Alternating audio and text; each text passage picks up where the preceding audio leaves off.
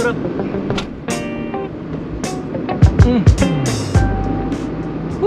Sarap sa pakiramdam kasi umaga, maliwalas yung paligid. Bumiyahe tayo ngayon. Tapos meron ako mainit na brewed coffee, 7-Eleven. Itong si Netoy, itong DA17B Tiptronic 4x4 ko, gawa ng Suzuki, ay magdadalawang taon na sa akin. At nakailang PMS na rin ako dito. Parang 3 PMS na yata yung pinagawa ko dito kay Netoy. PMS stands for Preventive Maintenance Service. Ito yung service na ginagawa ng mga expert, ng mga mechanic, para maiwasan yung mga posibleng maging future na pagkasira ng mga sasakyan natin. So dadalhin natin sa mekaniko para i-PMS kahit wala namang sira. So nandyan yung mga change oil, check yung mga gulong, mga preno, at kung ano-ano pa. So nakatatlo na ako na ganun. At take note, hindi naman bagong build si Netoy nung na-acquire ko. So mga 2 years na rin yata ito dun sa unang may-ari. At ilang taon na rin to sa Japan bago pa dumating ng Pilipinas. Kaya dapat talaga mini-maintain ng madalas. Lalo na madalas din naman natin ginagamit. At kita nyo naman yung mga nagiging biyahe namin ni Netoy. Hindi biro, no? Yung mga tinatahak namin mga landas ito, matitindi. At recently, matindi yung naging biyahe natin papuntang Dolores, Quezon. Nakita nyo naman yung mga nangyari doon. Kung di nyo pa napanood, panoorin nyo, nasa previous na video. At ngayon ay dumating na yung araw para sa mas matindi or mas next level na PMS. Ito yung heavy PMS. So ipapa-heavy PMS natin ngayon si Netoy. Dadalhin natin dito sa kaibigan natin. Malapit lang yan sa amin.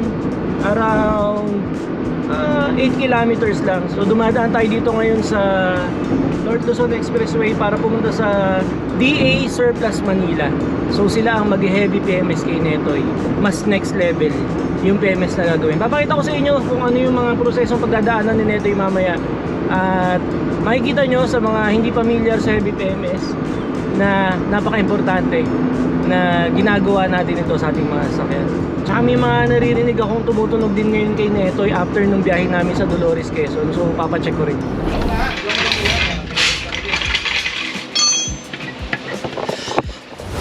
Ayan, nandito na tayo sa DE Surplus Manila at sinisimulan na si Netoy. Ikaw rin pala titira eh. Ikaw sa change oil. Ito lang yung mga basic. Basic.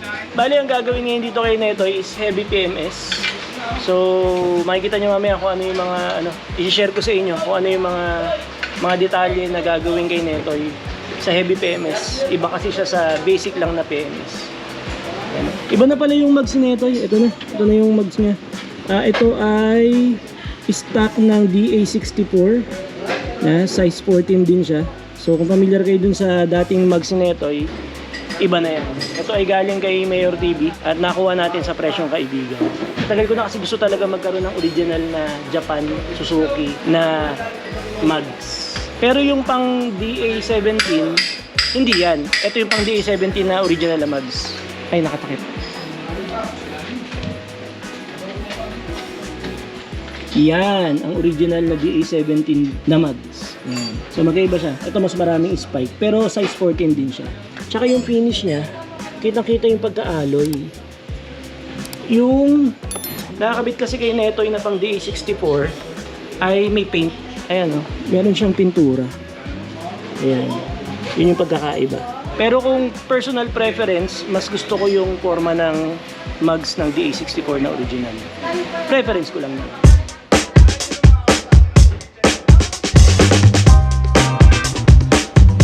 Ayan, isa sa mga papalitan natin kay Netoy ay yung kanyang air filter kasi simula nung na-acquire natin si Netoy, magdadalawang taon na yung nakakararaan, hindi pa yan napapalitan yung kanyang air filter. So, ito, air filter. Oh, Boss John, ano nang nangyayari ngayon dyan? Ano ginagawa mo? Ito, pahanginan muna natin yung para Yung alin? change oil eh. Kailangan ma-flashing natin yung Tama. lumang Kasi yung iba kapag nag-change oil, hindi pina-flashing ng hangin, natitira yung lumang langis. may naiiwan. Tapos, ito na, nakatanggal na yung drain plug. Tayo ng langis para bago. Yun.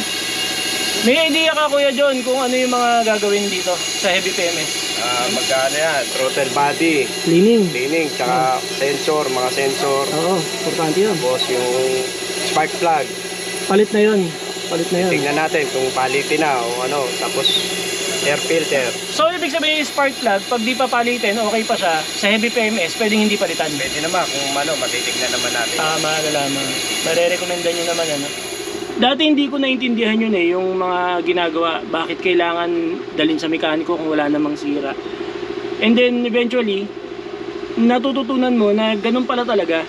Na kahit hindi naman sira yung sasakyan mo, dapat regular mong pinapakita or pinapacheck sa mekaniko or mapaservisan ng kagaya ng mga ganito para yung mga, alam niyo, prevention is better than cure.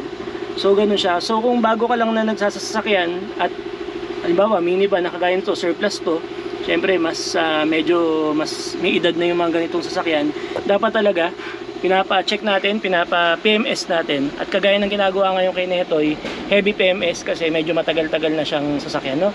So, yun yung ginagawa natin ngayon. Ano, nakabukas na yung makina dito, tinanggal yung oil, hinahanginan kanina ni Kuya John para malinis.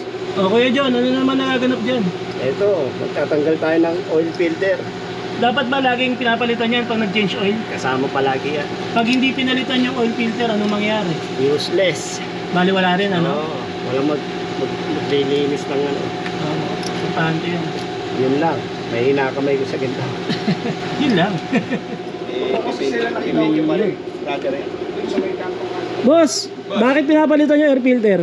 Para syempre ma-prevent natin yung hangin na makapasok sa loob ng maigi. Kasi pag hindi nakapasok ng maigi, wala. Pag barado, parang ilong lang yan eh. Pag barado, wala. Pag puro kulangot, kasi po, no? Oo. Hindi ka makakahinga. Tama. Hindi ka makakahinga talaga. Oo. Kaya may mga buhok yung ilong. Yes. Para napipilter yung Tama ano. po yun. Hindi, tama diba? So yung Tama air po filter yun. niya, para siya yung filter, yung buhok sa ilong. Tama po yun. O yun, may natututunan tayo, pati ilong na-air din. Ano pa mga gagawin dyan, Ado? Heavy PMS to eh. Bali po throttle, cleaning, Okay. at saka spark plug. Okay. Palitan natin. Mas maganda yung sunog niya Oo. sa makina. Sensor, mga sensor niya. Linis din. cleaning natin. Linis din. Linis Oo. din lahat. Injector po, cleaning din natin. Ay, cleaning din. So ano yung pagkakaiba nung basic na PMS dito sa ginagawa natin ngayon na heavy Basic PMS? po, change oil lang po. Change oil lang yun eh, no? Tapos tingnan lang mga brake Opo, pads. yun lang po. Pero yung heavy, Oo. yan, marami po yan. May kasama ng cleaning talaga. Lahat po yan. Cleaning. Ayun. Lahat po dadaanan talaga. Tapos may nararamdaman ako dito sa harap. Pwede rin natin silipin mamaya yun. Pag lumiliko ako ng malaki, para may lumalangit-ngit eh. Okay. No problem.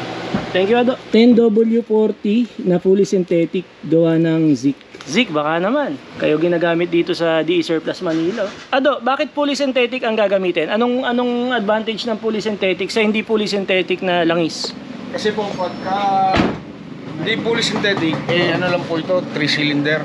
Oo. Bali po, syempre maliit lang ang makina natin. Kailangan natin ng fully synthetic talaga. Oo. Mas mabilis mag-init kasi yun. Sir. Yung 3-cylinder. Apo.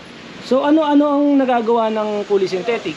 Napipigilan niya yung sobrang init? Ano ba? Apo, napipigilan niya yun. Yung init, saka naiaano niya kagad yung langis na naiakit kagad. Yun. Hindi yung pagka hindi fully synthetic, matagal bago makit. So kumbaga pag fully synthetic, mas maganda yung daloy, Opo. yung pag-flow niya. Yun, so yun. Thank you sa info. Sige po. Si Boss John, kanina pa nahihirapan din sa ilalim eh. Okay na to, boss. Nilalock up na lang natin. Babalik na natin ang oil filter niya. Ayos. Bago. Kaya daw 10W40, no? Kaya 10W kasi usual yung kinakabit na yung nakalang nilagay dito kasi sa akin 10W30, ito 10W40. Tama ba, Boss Julian, dahil nga medyo high mileage na yung mga minivan natin. Kailangan din ng engine protection. Oh, yun. So for engine protection, medyo mas malapot ng konti. Ayan. So mas malapot daw ng konti yung 10W40 compared sa 10W30 na usual na ginagamit sa mga minivan. Ayun, mas may protection sa engine kapag mas malapot ng bahagya yung langis na ginagamit sa engine ng ating mga minivans. Siyempre, pagdating sa Pilipinas dyan, bihira ka makakakuha ng mga minivans na less than 100 kilometers. Kadalasan yan, mahigit 100 kilometers na yung natakbo. At ito palang si Netoy ay nasa 190 plus na. Kaya yun, technically high mileage na yun. At ayun nga, sabi ng ating kaibigan na expert mula dito sa DE Surplus Manila, mas okay na 10W40 kapag mga high mileage na. Pwede rin namang hindi. Ayun. Zik, baka naman.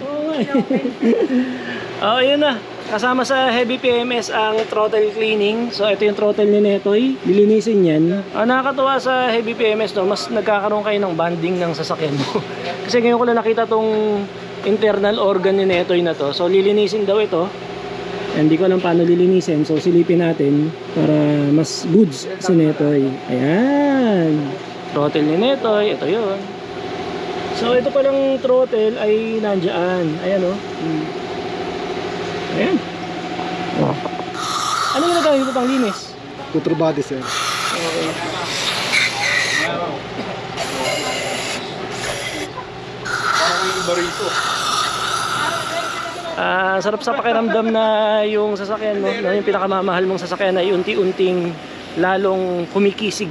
Ito yung DA Surplus Manila. Huwag kayong pupunta dito nang hindi kayo nakakapagpa-schedule. Huwag kayong pupunta dito ng walk-in dahil ang dami nilang gawa talaga. So kung if ever na gusto nyong kumontak sa kanila, lalo na sa ating mga taga-Luzon, mag-message muna kayo para mabigyan kayo ng schedule. Kasi kapag walk-in by chance, medyo delikado yun. No? Alam nyo na yan. Boss Ado, ano yung ginagawa sa ating throttle? Kini-cleaning po para mas lalong maganda yung flow ng hangin sa makina, hindi siya nagbabara.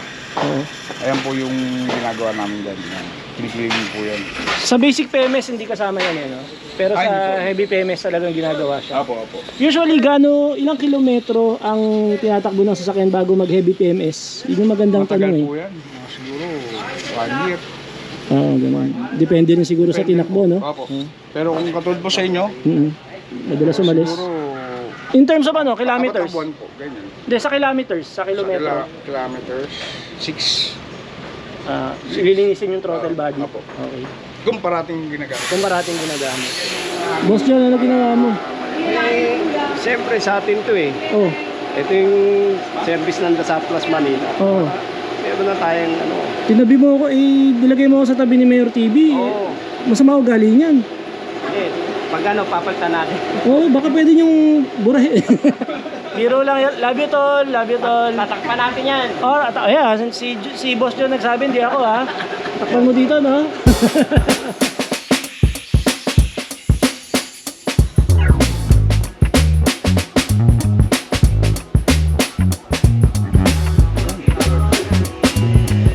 Ayan, after linisin ng throttle body, nabalik na siya. Ano yan? Filter mo yan. Yan yung luma. Oo, kailangan yan. Malinis talaga yan. Oo, kaya pinalitan na yan no? Oo, yun. Bago na. Tingnan mo gano'ng kadumi yung air filter natin, no? Yan. Oo. Pwede mag-cause ng problema yan, ha? Pwede, kasi papasok sa yan. Dumi-dumi yan. Kaya at least sa preventive maintenance service, nape-prevent yung posibleng malaking problema na mangyari sa sasakyan. Nilalagyan na ng bagong oil si Netoy. Na-change oil na siya. Ayun, no? Lumalaklak ng bagong oil si Netoy. Masaya na naman yung engine natin yan kasi bago na naman yung oil niya. Kasi nasilip ko pala yung oil ni Netoy nung nakaraan bago tayo bumiyahe papuntang Dolores, Quezon na medyo dark na. Sir, nung na flash out no, medyo maitim na siya. Kuya John, kamusta yung natanggal na oil? Medyo madilim na. Kamusta na siya? Ayun na siya? So quality na nga talaga, no? Yan. Ayun. Tapos ito. Ito yung engine oil. Engine oil yan. Ito yung oil filter. Ito yung oil, oil tsaka filter. air filter. Air filter. Ayan, mga tinanggal. Yun. So pag ganitong kulay, talagang palitin, ano? Yes. Isipin mo yan, no? Binabiyahe natin ng ganyan yung kulay ng langis. Pag malalayo, itim. Oo. Kailangan yan. Para yung takbos mo. Mas iingatan tayo nung sasakyan natin pag iningatan fully natin. synthetic. Kasi Tama. high mileage. Ito ay fully synthetic ng Shell. Shell yung tinanggal na yun eh. Pero ito kasing oil na to ay nasa 5 buwan na. Yun. November yan eh. Sakto lang, no? Ah, Sakto lang.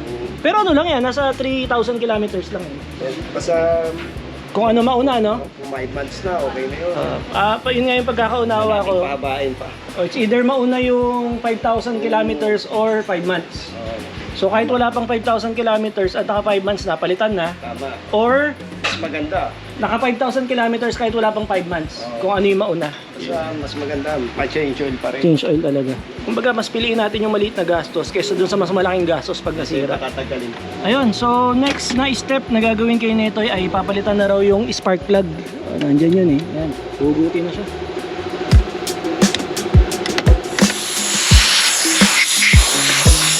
Yan pala ignition coil na yan. Meron akong reserba niyan. Galing sa kaibigan natin from DJ Surplus Multicabs sa Cebu.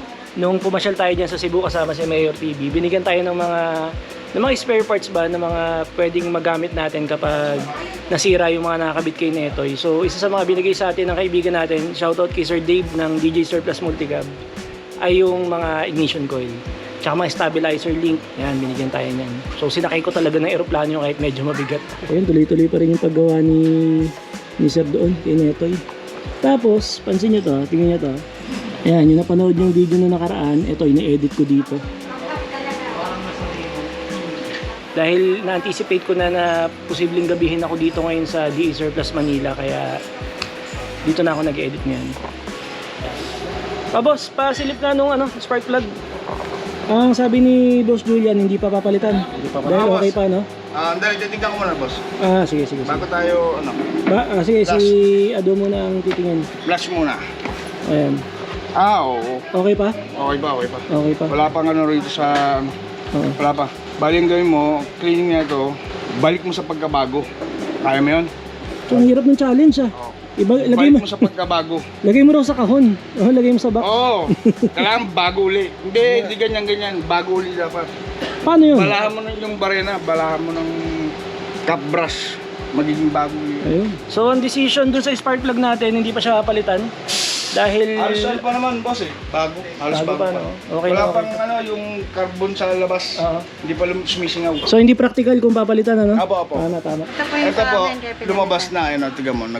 May kalawang na siya rito sa labas. Okay, yung akin wala pang gano'n. So, ito ang Sa palitin. inyo wala pa. Itong Yan palitin. yung palitin. Yan po. Okay. Kasi sumingaw na yung compression sa labas. Oo. May leak na siya, kumbaga. Pero pwede pa naman to pang Reserva. reserva. In case of emergency. Apo. So nakakatuwa dito sa sa DA Surplus Manila, no. Hindi kanila parang sige, for the benta ng bagong spark plug.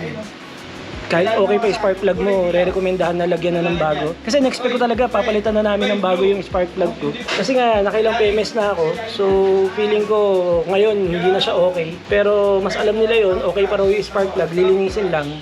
Ay nakakatuwa lang, na-appreciate ko yun. Salamat. Checklist, ito pala yung mga service na gagawin kay Netoy o ginagawa na pang kasalukuyan. Isa-isay natin. So heavy PMS siya. Ang lilinisin kay Netoy ay map sensor, throttle body cleaning, natapos na kanina yan, VVT, fuel injector, oxygen, replace spark plug. Hindi siya ni-replace. Kagaya nga na sinabi ko, hindi pinalitan yung spark plug, pero chinek, okay pa kasi siya. Tapos gear oil, ayan. Tapos yung mga brakes, i-check din. AGS, Tiptronic, belts. Ayun yung mga checklist ng gagawin at ginagawa ngayon kay Netoy. Balikan din.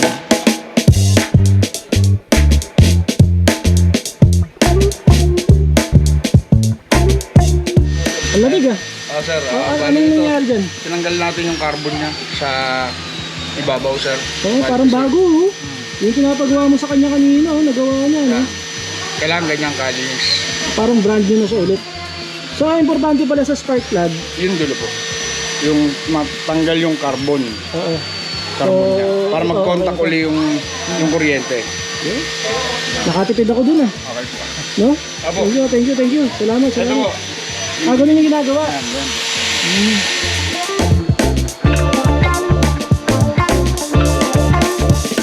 Tignan nyo yung difference ng nalinis na sa hindi pa nalilinis. Itong nasa kanan yung bagong linis. Tapos yung nasa kaliwa yung hindi pa nalilinis. Pero okay pa rin na spark plug natin. Ayan, parang naging bago, di ba? Oh. Gawang DA Surplus Manila yan. Ayos. Katipid ako dyan. O kaya doon, naka-video, ayain ulit kami. Sige po, kain tayo. Halika kayo. Ayan o. Sus. Ganito ba talaga dito sa DA Surplus Manila? Opo, ganito po talaga dito, sir. Kailangan kumain. Yun. Pwedeng hindi kumain. Iyon na. Okay tayo, tara. Ayun pala yung mga plato. Ito pala, nahanap ko ito. Nakahanap ng plato. Hindi po, handa na po yan. Walang mangyayari. Kain namin.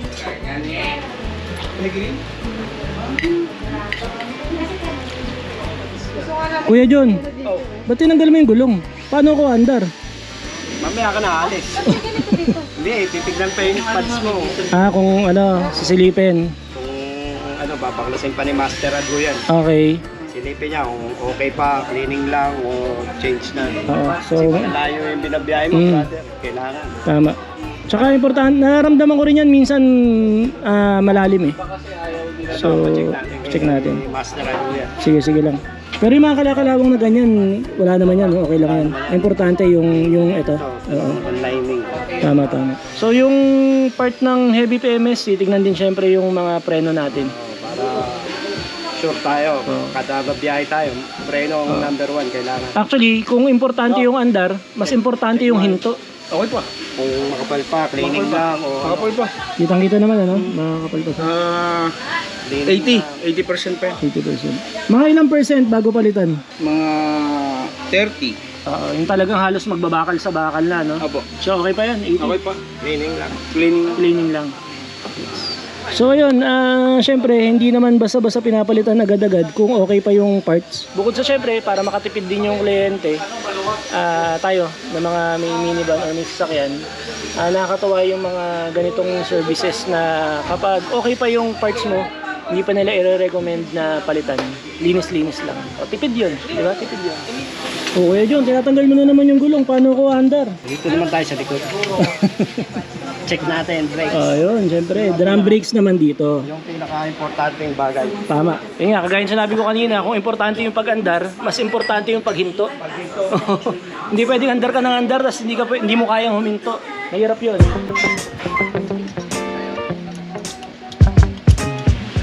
Ayun, nabuksan na yung drum brake natin dito sa likod.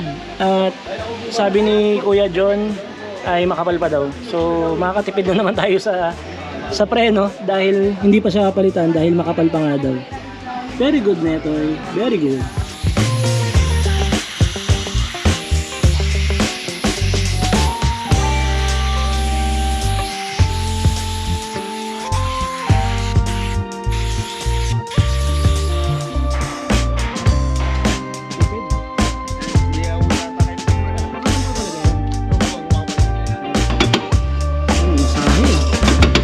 Masahe. Asayo ulit. Okay. Okay na. Grabe. Yan. Kabila.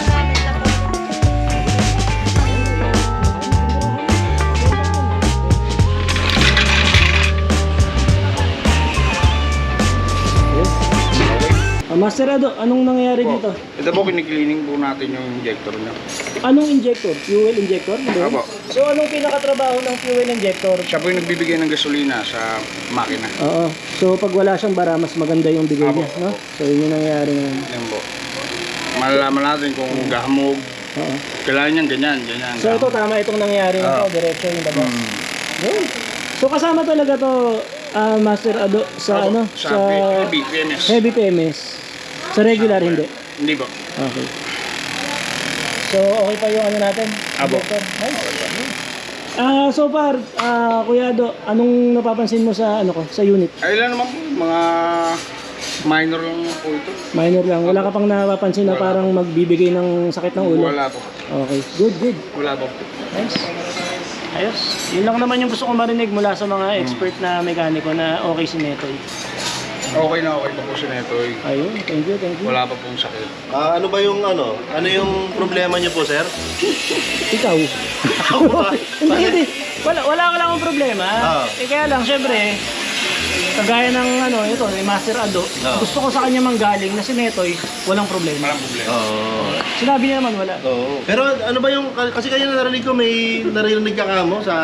Sa harapan. Oh, sa harapan. Mamaya yun. Kasi hindi naman siya part ng Ano heavy ba PMS. nangyayari? Ikwento mo. Bali pag ano po no, bawa, kakaliwa ko ng ganyan. Yan.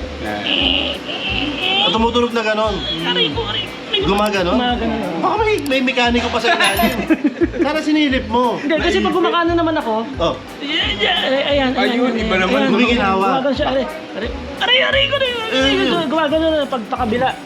baka may mekaniko nga sa ilalim. Ayun nga, yun. O kaya para maiwasan mo yung ganon, Oo, ano? huwag ka naliliko. Dire-diretso lang. Para hindi tumutunog. Paano pag pakurba? Ano gagawin ko? Ay, buhat. Buhat. Kaya nga manual eh. Oh. Tiptronic, pwede kang matic, pwede kang... So, isi-ship ko sa manual, Yan, sa ang buhat. buhat. Oo.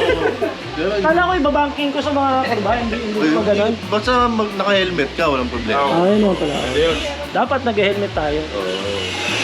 Sige, ayusin nyo na yan. Gugulo lang ako. Sabi ko sa'yo, ikaw yung problema eh. So, hindi lang pala isa yung fuel injector. Tatlo po siya. Tatlo. Ayun. So, nalinis na tong lahat. Tatlo po. Okay sila lahat. Okay po. Very good. Very good. Maganda pong bigay ng gas. Very good. Ayos. So, ano yung expect ko, Kuya Ado, na magiging pagbabago sa andar ni Netoy mamaya pag uwi ko? Kasi wala naman siyang problema eh. Pero ano yung mga mararamdaman kong pagbabago, obserbahan ko mamaya? Magiging ano po siya, tahimik na tahimik po. Tahimik na tahimik. Wala kayong masyadong marinig pagka, lalo na tectonic, tahimik ang makina. Oo. So yun yung expect ko mamaya pag uwi. Abangan ko yan kung ano, tahimik na tahimik. Yes, sir. Kuya Ado, after nito, ano pang next natin? BBT. BBT. Ayan. Sige. Kakalasin natin yung BBT. Tignan din natin mamaya yun. Boss Ado, ano to? BBT. Siya po yung, bali nagpapatulin din sa sasakyan niya, sa makina. Okay. Non-turbo kasi yan eh. Oo, pag non-turbo may BBT. So okay pa naman yan. Okay po. Nilinis na talaga. lang. Prevent lang natin na malinis siya. Okay. So itong paglinis ng BBT, ginagawa rin to kapag heavy PMS. Sa regular PMS hindi. Hindi po. Okay. So konti na lang. Ano pa next? Gear oil na lang po. Gear oil na lang din, okay na. Tapos check lang natin kung may laman. Pag may laman, Okay na yun. okay na po. Ayun. Pagka walang laman, ilalagyan natin syempre. Oh, syempre. Top up lang, parang gano'n. Opo. Okay. At sa wakas ay natapos din. Medyo natagalan lang dahil yung isang ginagawa, medyo stack up yung hindi si Netoy, yung katabi ko na isang minivan, medyo natagalan dahil may na-stack up dun sa part na ginagawa sa kanya. Pero ayun, dapat kanina pa tayo tapos. Pero ayan, tapos na. Si Netoy ay na heavy PMS na, maraming parts na hindi pa kailangan palitan, kaya all goods pa si Netoy. Nakatipid ako dahil nga ang daming hindi kailangan palitan. Ayun. Shoutout sa mga kaibigan ko dyan sa DA Surplus Manila. Maraming salamat kay Boss Julian, kay Kuya John, at kay Master Ado. Ayan, maraming salamat. Maghapon tayong nagbanding dyan sa DA Surplus Manila. Sa mga gustong magpagawa, magpa-repair, magpa-PMS, heavy PMS, sa DA Surplus Manila, huwag kayong pupunta ng walang schedule. Parang ahawahan nyo na dahil medyo mahirapan talaga, hindi kayo ma-accommodate basta-basta kapag pupunta kayo ng walang pasabi. So kailangan ma-schedule muna kayo bago kayo pupunta ng DA Surplus Manila. Maraming salamat sa lahat ng umabot sa part na to ng video. Kung di ka pa nakasubscribe, like, comment, and subscribe. At uwi na ako. Medyo natagalan pero worth it naman dahil si Netoy ay all goods na. Yeah. Okay. Let's go.